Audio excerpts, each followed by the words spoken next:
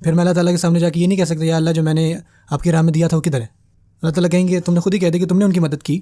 آپ دو نیتوں کو ایک ساتھ نہیں رکھ سکتے اس طرح سے. اللہ تعالیٰ ان میں سے ایک نیت کو لیں گے. سو اگر آپ اللہ کی راہ میں کچھ بھی دے رہے ہیں، چاہے وہ وقت ہے یا پیسے ہیں یا اپنی کوئی بھی ذہنی یا جسمانی قوت لگا رہے ہیں یا آپ نے کسی کو بھی کوئی مشورہ دیا ہے، تو آپ کو چاہیے کہ آپ اس کا ریٹرن صرف اللہ تعالیٰ سے امید رکھیں اس کی. اگر آپ نے کبھی کسی مسجد کی کوئی مدد کی ہو، کچھ لوگ جو ہیں بڑا چیک لکھتے ہیں، کوئی لاکھوں روپے کا جو چیک ہوتا ہے، اور ایک دم سے شیطان ان کے پاس آتا ہے اور سب سے پہلے کہتا ہے مبروک، مبارک ہو جی، ٹھیک ہے مبارک ہو تمہیں.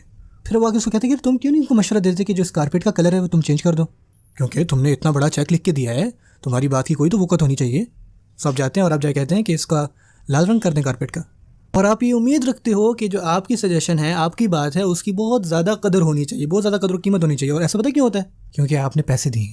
اور پھر آپ کی نیت صرف یہ نہیں ہوتی کہ آپ نے اللہ تعالیٰ کے لیے اس کو دیا تھا، بلکہ یہ ہوتا ہے کہ اب آپ کی بات کی کوئی زیادہ اہمیت ہے. میں نے کہا تھا کہ اسلام اپنے سے زیادہ دوسروں کا خیال رکھنے کا نام ہے. یاد ہے کہ آپ اپنے سے زیادہ دوسروں کا دھیان رکھتے ہیں. اللہ تعالیٰ کہتے ہیں ارکعوا واسجدوا واعبدوا ربکم، یہ آپ کے اپنے کرنے کے کام ہیں.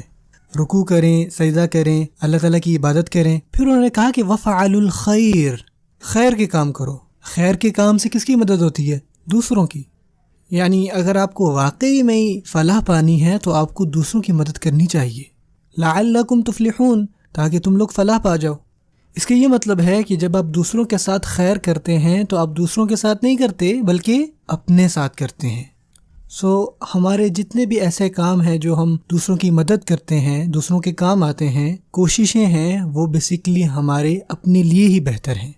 کبھی پیچھے مڑ کر ایسے نہ دیکھیں کہ اگر آپ نے کبھی کسی مسجد کی کوئی مدد کی ہو یا کسی اسلامک ایونٹ یا پروگرام کو بہتر بنانے میں آپ نے کسی کا کوئی چیک لکھ کے دیا ہو اور آپ یہ کہیں کہ میں نے ان کی مدد کی. آپ نے صرف اپنی ہی مدد کی، اور جس ٹائم آپ نے یہ کہا کہ میں نے ان کی مدد کی ہے اس کی کوئی وقت نہیں رہتی. پھر میں اللہ تعالیٰ کے سامنے جا کے یہ نہیں کہہ سکتا یا اللہ جو میں نے آپ کی راہ میں دیا تھا وہ کدھر ہے. اللہ تعالیٰ کہیں گے تم نے خود ہی کہہ دیا کہ تم نے ان کی مدد کی. آپ دو نیتوں کو ایک ساتھ نہیں رکھ سکتے اس طرح سے. اللہ تعالیٰ ان میں سے ایک نیت کو لیں گے. اگر آپ اللہ کی راہ میں کچھ بھی دے رہے ہیں، چاہے وہ وقت ہے یا پیسے ہیں یا اپنی کوئی بھی ذہنی یا جسمانی قوت لگا رہے ہیں یا آپ نے کسی کو بھی کوئی مشورہ دیا ہے، تو آپ کو چاہیے کہ آپ اس کا ریٹرن صرف اللہ تعالیٰ سے امید رکھیں اس کی. اگر آپ نے بدلے میں کسی اور کو ذہن میں رکھا کہ یہ مجھے کچھ دے دے گا، تو اللہ تعالیٰ کو یہ چیز بالکل پسند نہیں. اللہ تعالیٰ اس چیز کو بالکل پسند نہیں کرتے. ہماری نیتوں کا اخلاص میں ہونا اس لیے اتنا ضروری ہے. اگر آپ اس نیت میں کسی کو بھی ڈالتے ہیں، اپنے آپ کو، کسی اور ایجنڈے کو، تو پھر وہ نیت ٹھیک نہیں رہتی. اور آپ کو پتہ ہے اس وجہ سے جو جتنی بھی ہماری اسلامک آرگنائزیشن ہے یا بہت ساری ہماری اسلامک آرگنائزیشن جو ہیں وہ ڈونیشن کے اوپر ڈیپینڈ کرتی ہیں، زکوٰۃ صدقات کے اوپر. ہماری ایون مساجد جو ہیں وہ ڈونیشن کے اوپر ہوتی ہیں. ہمارے جو سکولز ہیں وہ ڈونیشن کے اوپر، بعض اوقات اسلامک سکول ہوتے ہیں. جو پبلشرز ہیں وہ جو ہے وہ ڈونیشن کے اوپر ڈیپینڈ کرتے ہیں. کچھ لوگ جو ہیں بڑا چیک لکھتے ہیں، کوئی لاکھوں روپے کا جو چیک ہوتا ہے، اور ایک دم سے شیطان ان کے پاس آتا ہے اور سب سے پہلے کہتا ہے مبروک، مبارک ہو جی، ٹھیک ہے مبارک ہو تمہیں. پھر وہ آگے اس کو کہتے ہیں کہ تم کیوں نہیں ان کو مشورہ دیتے کہ جو اس کارپیٹ کا کلر ہے وہ تم چینج کر دو، کیونکہ تم نے اتنا بڑا چیک لکھ کے دیا ہے، تمہاری بات کی کوئی تو وقت ہونی چاہیے. آپ جاتے ہیں اور آپ جا کہتے ہیں کہ اس کا لال رنگ کر دیں کارپیٹ کا. آپ نے وہ سجیشن چیک دینے سے پہلے نہیں دی تھی، لیکن جیسے ہی آپ نے چیک دیا تو اب آپ کی جو سجیشن ہے وہ 30-40 ہزار ڈالر کی بن جاتی ہے. اور آپ یہ امید رکھتے ہو کہ جو آپ کی سجیشن ہے، آپ کی بات ہے، اس کی بہت زیادہ قدر ہونی چاہیے، بہت زیادہ قدر و قیمت ہونی چاہیے. اور ایسا پتہ کیوں ہوتا ہے؟ کیونکہ آپ نے پیسے دیے.